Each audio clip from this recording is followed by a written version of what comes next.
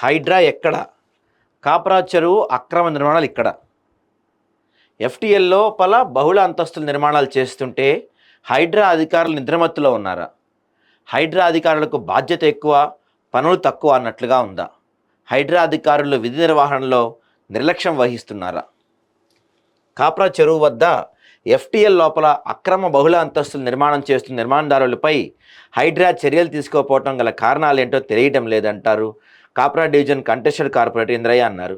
ఈ సందర్భంగా ఇంద్రయ్య మాట్లాడుతూ తెలంగాణలో హైడ్రా కమిషన్ ఏర్పడినట్టు నుంచి అక్రమ నిర్మాణం తొలగించడం జరుగుతుందని, అది పేదలు ఆక్రమించిన స్థలాలపైనే దృష్టి సారించారని, బహుళ అంతస్తు నిర్మాణం చేస్తున్న అక్రమ నిర్మాణదారులను వదిలేస్తున్నారని ఆయన అన్నారు.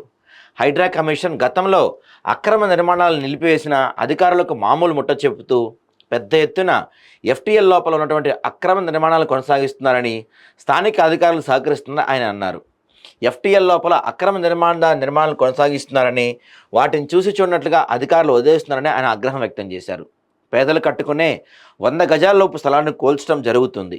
బహుళ అంతస్తులు కట్టుకునే నిర్మాణదారులపై ఎలాంటి చర్యలు తీసుకోకపోవడం గల కారణాలేంటో తెలిపాలని ఆయన అన్నారు.